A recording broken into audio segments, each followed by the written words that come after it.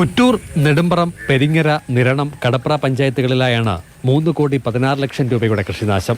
April 1 മുതൽ June 3 വരെയുള്ള കണക്കാണിത്. ഓണവിപണി ലക്ഷ്യമാക്കി കൃഷി ചെയ്ത വാഴ, മരച്ചീനി എന്നിവയാണ് നഷ്ടപ്പെട്ടതിൽ ഏറെ. കുലച്ച 18,850 മൂട് ഏത്തവാഴ നിലംപൊത്തി. കുലയ്ക്കാൻ ഭാഗമായ 12,450 മൂട് വാഴയും നശിച്ചു.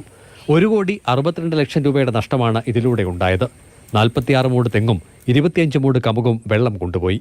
പകുതിക്ക് മേളിൽ വിളവായ കുലകളാണ് പൂർണ്ണമായി നശിച്ചിരിക്കുന്നത്. കാറ്റിൽ ഭാഗികമായി പോയി. ഇപ്പോൾ വെള്ളം പൊങ്ങി വേരളിഞ്ഞ് പൂർണ്ണമായി നശിക്കുന്ന അവസ്ഥയാണ് ഉണ്ടായിരിക്കുന്നത്. വേനൽ മഴയിൽ മാത്രം 96.8 ഹെക്ടറിലെ നെൽകൃഷി നശിച്ചു. 1.45 കോടി രൂപയാണ് നഷ്ടം. തിരുവല്ല കൃഷിഭവൻ പരിധിയിൽ 88.57 ലക്ഷം, പെരിങ്ങര 73.8, നെടുമ്പ്രം 69.52, നിരണം 32.25 ലക്ഷം, കടപ്ര 26.44 ലക്ഷം എന്നിങ്ങനെയാണ് നഷ്ടത്തിന്റെ തോത്.